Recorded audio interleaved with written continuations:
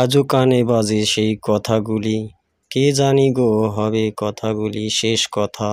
নতির ডাকে দিলি যে সারা, রেখে গেলি শুধু নীরবতা। ছাত্র জনতা, তৌহিদি জনতা, আপনাদের সকলকে ধন্যবাদ। সময় খুব সংকীর্ণ, কিছুক্ষণ পর মাগরিবের আযান হয়ে যাবে। নারায়ণগঞ্জে যে লোকটা বলতো খেলা হবে, যখন ডেট ফাইনাল হলো খেলোয়াড় পালায় গেল। আমি আরেকটি কথা বলবো, শুধুমাত্র ছাত্র জনতার আন্দোলনে এই অভ্যুত্থান হয় নাই। সুদীর্ঘ 15 বছর হেফাজতের নেতৃবৃন্দ কারাবরণ করেছেন। শাপলা চত্বরে আমার দেশের কওমি মাদ্রাসার তরুণ সন্তানরা জীবন উৎসর্গ করেছেন। ভারতীয় আধিপত্যবাদের বিরুদ্ধে, মোদী বিরোধী, ভাস্কর্য বিরোধী আন্দোলনে বাংলাদেশের ইমানদাররা, ইসলামপন্থীরা জীবন দিয়েছেন। সেই ক্ষোভ বিস্ফোরণের আকারে বহিঃপ্রকাশ ঘটেছে ছাত্র আন্দোলনের মাধ্যমে।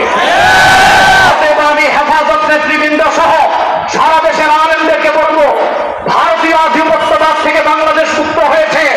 হাসিনার বিদায়ের মাধ্যমে দেশ একটি আজাদ মুক্ত হয়েছে।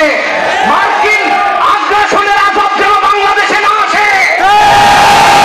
ইউনূস সাহেবকে বলে দিচ্ছি, আলেম ওলামা পীর মাশায়েখদের সিদ্ধান্তের বাইরে যুক্তরাষ্ট্রের কোনো এজেন্ডা বাংলাদেশে বাস্তবায়ন করতে দেওয়া হবে না।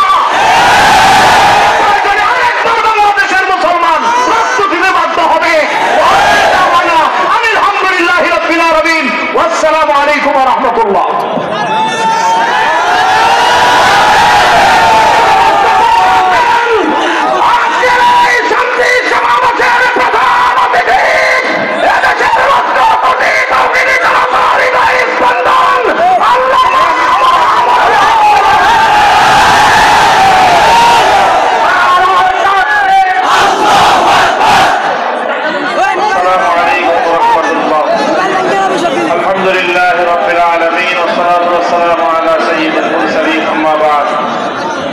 সংগ্রামী তৌহিদি জনতা, নারায়ণগঞ্জের সংগ্রামী জনতা,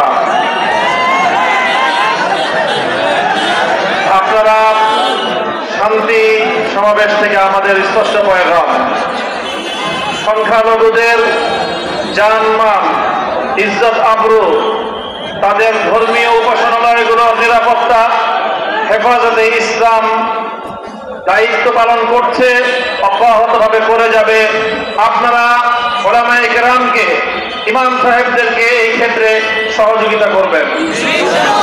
প্রত্যেকটি মার্কেটে, প্রতিটি ইন্ডাস্ট্রিয়াল এলাকায় নিরাপত্তা নিশ্চিত করবার জন্য যতক্ষণ পর্যন্ত আইন শৃঙ্খলা রক্ষাকারী বাহিনী স্বাভাবিকভাবে দায়িত্ব পালনে নিয়োজিত না হতে পারবে, দেশের ছাত্র সমাজ যেভাবে দায়িত্ব পালন করছে এভাবে দায়িত্ব পালন করে যাবে।